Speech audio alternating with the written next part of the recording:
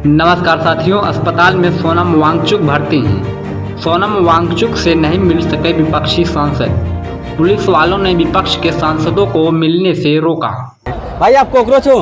भाई बिल्कुल कॉकरोच है, तभी यहाँ खड़े हैं। यहाँ पे लठ हो जाने के लिए इतने सारे आर्मी तैयार है इसके लिए। बिल्कुल रेडी है, वो अपना हेलमेट वगैरह पहन के, लाठी और सब लेके रेडी है। कभी भी कुछ भी हो सकता है, कुछ नहीं कह सकते। तो लठ खाने के लिए तैयार है? बिल्कुल तैयार है, जब तो यहाँ पे आए। शिक्षा व्यवस्था और नीट परीक्षा घोटाले के खिलाफ जंतर मंतर से शुरू हुआ आंदोलन अब पूरे भारत में, पूरे देश में, पूरे वर्ल्ड में फैल चुका है। वहीं इस पूरे मामले को लेकर कांग्रेस के नेता राहुल गांधी भी जुटे हुए हैं। आप लोगों को बता दें कि जब ये आंदोलन जंतर मंतर से शुरू हुआ, आंदोलन अब पूरे भारत में फैल चुका है। वहीं इस पूरे मामले में कांग्रेस सांसद मंगलवार को बड़ा प्रदर्शन करते हुए छात्रों के मुद्दे पर सरकार से सवाल पूछा है। बुधवार को उन्होंने प्रेस कॉन्फ्रेंस के पेपर की लीक पर सवाल उठाए। देश में शिक्षा व्यवस्था और पेपर लीक के खिलाफ शुरू हुआ आंदोलन अब पूरे राष्ट्रीय स्तर पर पहुंच गया है। जंतर मंतर से शुरू हुआ यह एक विरोध प्रदर्शन कई राज्यों तक फैल चुके के कारण, जिसमें छात्र, अभिभावकों, शिक्षकों, सामाजिक संगठनों के साथ साथ कांग्रेस समेत विपक्षी दल भी शामिल हो चुके हैं। आप लोगों को बता दें कि जंतर मंतर पर पथराव हुआ। ड्यूटी पर तैनात एसपी घायल हो गए। दिल्ली पुलिस के अनुसार शाम करीब 4:30 बजे जंतर मंतर पर कानूनी व्यवस्था और ड्यूटी निभा रहे पंजाबी बाग के एसपी जयप्रकाश प्रदर्शनकारियों की ओर से हुए कथित पथराव से घायल हो गए। ये बड़ा सही हुआ कि घायल हो गए पुलिस वाले जिस तरह से छात्रों पर लाठी बरसा रही थी, देखने के बाद बहुत ही दर्दनाक लग रहा था। आप लोगों को बता दें कि जयप्रकाश के माथे पर आकर लगा पत्थर, जिससे उन्हें गहरी चोट आ गई। बहुत ठीक हुआ कि गहरी चोट आ गई। मैं तो बड़ा खुश हूँ। तो गाइस यहाँ पे बड़े बड़े मोशियल कॉकरोच आए हुए हैं। तो आप लोग कहाँ से आए हुए हैं? गुजरात से कॉकरोच को सपोर्ट करने दिल्ली आए। आप क्या करते हैं? हम लोग बिजनेस करते हैं, अपना बिजनेस करते हैं। दिल्ली की पुलिस ने भी कहा कि मामले में जुड़ी आगे की जानकारी उपलब्ध होने पर साझा की जाएगी। आप लोगों को बता दें कि इसी बीच धर्मेंद्र प्रधान के इस्तीफे से कम कुछ स्वीकार नहीं। सीजेपी ने स्पष्ट किया है कि वही केंद्रीय शिक्षा मंत्री धर्मेंद्र प्रधान के इस्तीफे की मांग पर अडिग है। सब बहुत सही है कि अडिग है अभी तक, और अडिग रहना भी चाहिए जब तक सरकार इस्तीफा ना दे दी।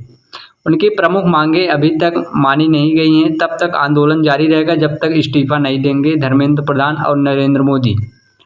संसद की ओर से मांग है कि केंद्रीय शिक्षा मंत्री धर्मेंद्र प्रधान इस्तीफा दें और उसके साथ साथ मोदी भी इस्तीफा दें। आत्महत्या करने वाले छात्रों के परिवारों को 1-1 करोड़ रुपए का मुआवजा दिया जाए, ये बहुत सही बात है।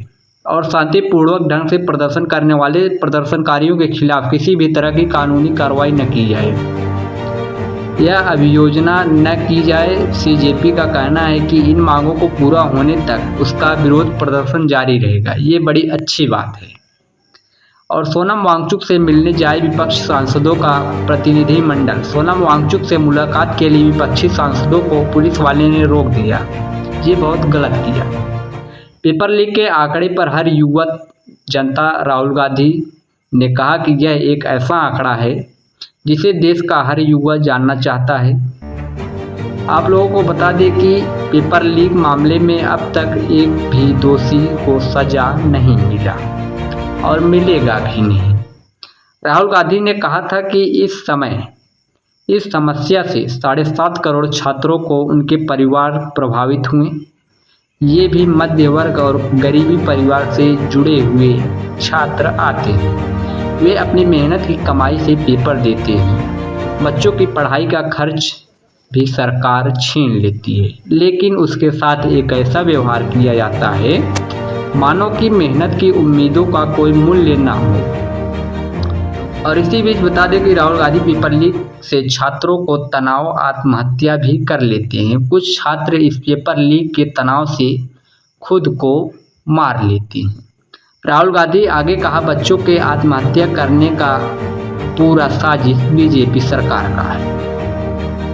बच्चों ने आत्महत्या तक की। हमारे छात्र समिति तनाव से जुड़े गुजरते हुए फिर आखिरी समय में उन्होंने बताया कि परीक्षा का पेपर लीक हो गया। यह एक वास्तविक और गंभीर समस्या है जो अब पूरे देश में गहरी चोट दे चुकी है। तो सर जी जी हम कह रहे हैं कि आप 20-25 दिन से मेहनत किए हैं, आप धर्मेंद्र प्रधान का इस्तीफा मत मांगो। आप संसद भवन तक आ ही गए हो तो मोदी जी का भी इस्तीफा मांगो। अरे मेरे मित्र, ये धर्मेंद्र प्रधान का इस्तीफा दे देते थे। नाक वो मुख्यमंत्री, वो प्रधानमंत्री हमारा इतना नालायक प्रधानमंत्री है, ये अपना इस्तीफा कैसे देगा? धर्मेंद्र प्रधान इस्तीफा नहीं दे पा रहा। इसी बीच एक खबर और सामने आती है। मैं आप लोगों को बताता हूँ कि सोनम वांगचुक की पत्नी पर सरकार लगाए आरोप। क्या आरोप लगाए, वीडियो में बने रहिए। Social media activity Sonam Wangchuk की पत्नी गीतांजलि आंगमो ने एक सरकार पर गंभीर आरोप लगाए। उन्होंने कहा कि दिल्ली हाईकोर्ट के आदेश के बाद सोनम वांगचुक को बेहतर इलाज के लिए सफ़ेद रंग के कपड़े में लपेट कर ले जाया गया। क्या ये सही था? अदालत ने स्पष्ट किया कि सोनम वांगचुक किसी हिरासत में नहीं हैं और उन्हें बेहतर इलाज तथा स्वतंत्र माहौल उपलब्ध कराया जाए ताकि अस्पताल में पुलिस की मौजूदगी न रहे। डॉक्टर आंगमो ने कहा कि इसके बाद अस्पताल के बाहर भारी पुलिस बल तैनात हैं। उन्होंने इससे शर्मनाक बताते हुए कहा कि 25 दिनों से भूखे हड़ताल पर बैठे एक भारतीय नागरिक को मानसिक शांति दी जा सकती है। कई सांसद सोनम वांगचुक से मिलने और उन्हें अनशन समाप्त करने का अनुरोध करने के लिए सांसदों के हस्ताक्षर वाला पत्र लेकर आए, लेकिन सरकार उन्हें मिलने की अनुमति नहीं दे रही। पुलिस वाले सांसदों को अस्पताल से हटा दे रहे हैं, भगा दे रहे हैं, मिलने नहीं दे रहे हैं। उन्होंने सरकार से सवाल पूछा कि सरकार नहीं चाहती कि सोनम वांगचुक अपना अनशन समाप्त करें, इसीलिए हम लोगों को मिलने नहीं दे रही है, ताकि सोनम वांगचुक, अगर हम लोग सोनम वांगचुक से मिल लेंगे तो सोनम वांगचुक अपना अनशन समाप्त कर देंगे। डॉक्टर आंगमो ने बताया कि सोनम वांगचुक ने आज सोशल मीडिया पर कहा कि वह तभी अपना अनशन तोड़ेंगे जब सांसद उनसे अनुरोध करेंगे, और सांसद अनुरोध नहीं कर पा रहे हैं क्योंकि पुलिस वाले उन्हें भगा दे रहे हैं। और भारत सरकार का अनावश्यक प्रदर्शनकारियों के खिलाफ कोई गलत कार्रवाई नहीं की जाएगी। उन्होंने कहा कि यह अनावश्यक कानूनी, शारीरिक और FIR समेत कई प्रकार की कार्रवाई न करने से जुड़ा होना चाहिए।